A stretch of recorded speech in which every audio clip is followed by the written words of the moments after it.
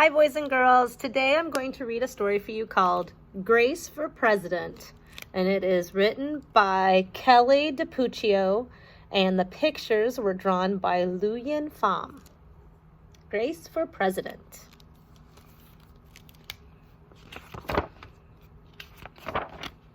Okay. And this goes along with our election theme this week, so it's about an election. Okay. So here's what we see at the beginning. Okay. And it says, one Monday morning in September, Mrs. Barrington rolled out a big poster with all of the president's pictures on it. Grace Campbell could not believe her eyes. "Where are the girls?" she asked.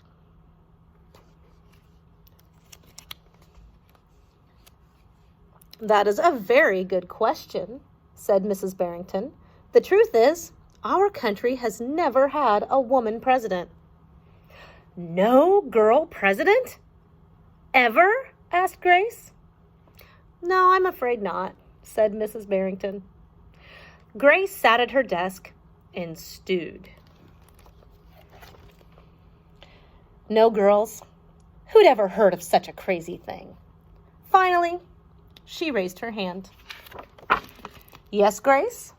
I've been thinking, and I'd like to be president." Several students in her class laughed. "Well, I think that's a star-spangled idea, Grace," said Mrs. Barrington. "In fact, we can have our own election right here at Woodrow Wilson Elementary." The snickering in the room stopped. Grace smiled. "Would anyone else like to run for president?" Mrs. Barrington asked the class. Nobody raised their hand. Becoming president was going to be easy, thought Grace.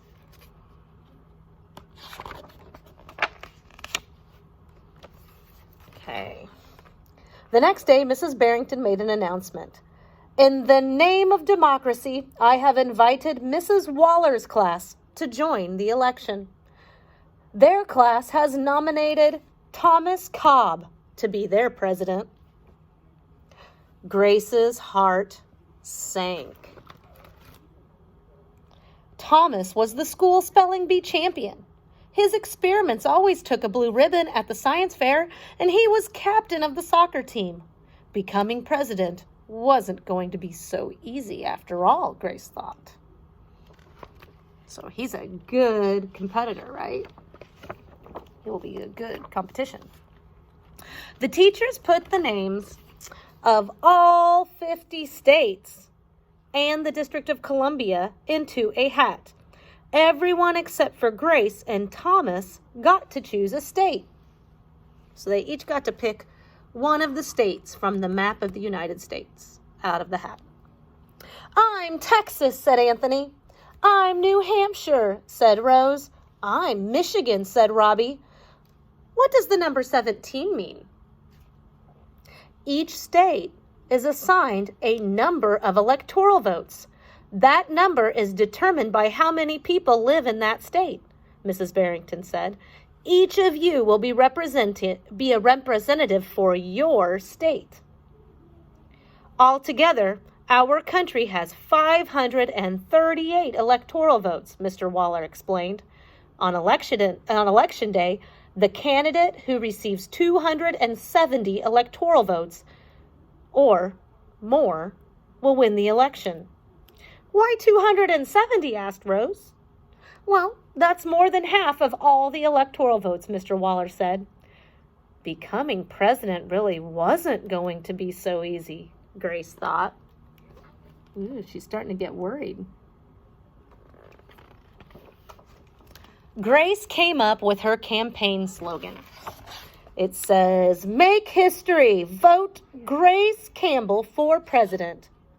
And Thomas came up with his own campaign slogan, "Vote for Thomas Cobb, the best man for the job." Ooh, his rhymes. Grace listened to what issues were important to the students, and she made a list of promises. So she said, a peaceful school with no bullies, A cleaner school, no littering, and better hot lunches. No more fish stick tacos, says Grace. And Thomas makes up his own list of promises. Free tutoring, free soccer lessons, fish stick tacos every week. Grace made campaign posters and buttons, and Thomas made posters and buttons too. So they both have their ideas. Each week, the teachers set aside a time for the candidates to meet with their constituents. Polls were taken. Voters were making their choices. So everybody's trying, she's talking to her people over here, and Thomas is over here talking to the students on the other side. So everybody's trying to get their voters. At recess, Grace continued to campaign. She gave speeches.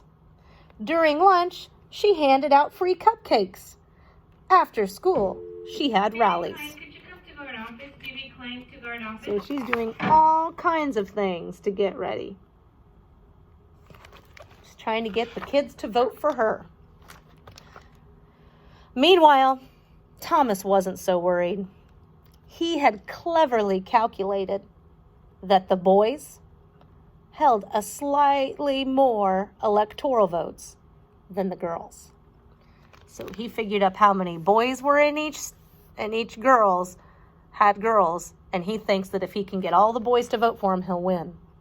At recess, Thomas studied his spelling words. During lunch, he worked on his latest science experiment. And after school, he played soccer. So he's not worried at all. Even before the election, Grace made good on her promises. She joined the safety squad.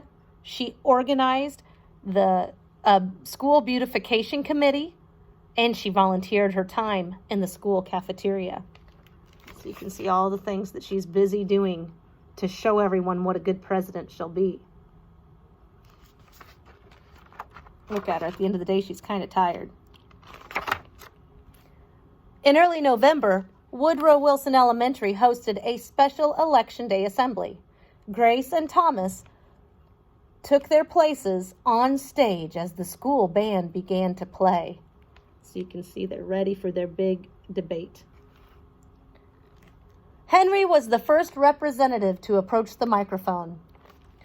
So Henry said, "The Yellowhammer State of Alabama casts its 9 electoral votes for Thomas Cobb." Fletcher said, "The last frontier state of Alaska casts its 3 electoral votes for the best man for the job, Thomas Cobb." Hannah called out, "The Grand Canyon state of Arizona casts its 10 electoral votes for Grace Campbell." And so it went. State after state cast their electoral votes. The scoreboard in the gymnasium kept track of the totals. The voting demonstration was quickly coming to an end. Clara approached the podium. "The Badger State of Wisconsin casts its 10 votes for my best friend, Grace Campbell." Grace looked at the scoreboard.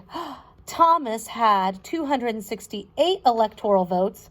She had 267. There was only one state still unaccounted for. So look how close they are. He only has one more vote than her. Wyoming is the only state left. Thomas grinned. Grace felt sick. Sam walked up to the microphone. He looked at Thomas. He looked at Grace. He looked down at Grace's handmade flag. Sam didn't say a word. "What are you waiting for?" Thomas whispered. The band stopped playing. All eyes were on Wyoming. Finally, Sam cleared his throat. The Equality State of Wyoming casts its 3 electoral votes for Grace Campbell. The gymnasium erupted in loud cheers and a few boos. Mrs. Barrington approached the podium. With 270 electoral votes, the winner is Grace Campbell. Thomas looked stunned. Grace hugged Sam. "Why did you do it?" she asked. Sam handed Grace his flag. "Because," he said, "I thought you were the best person for the job." So even though she was a girl, he voted for her. The following week, the students in Mrs. Barrington's class were preparing for their career day presentations. Grace volunteered to go first. She stood at the podium and glanced at all the posters still hanging on the wall. "My name is Grace Campbell, and when I grow up, I'm going to be President of the United States." This time, everyone believed that she really would. And there's a picture of her all grown up getting sworn in as president. Thank you for reading this story with me. I hope you enjoyed it, and I will talk to you guys later. Thank you.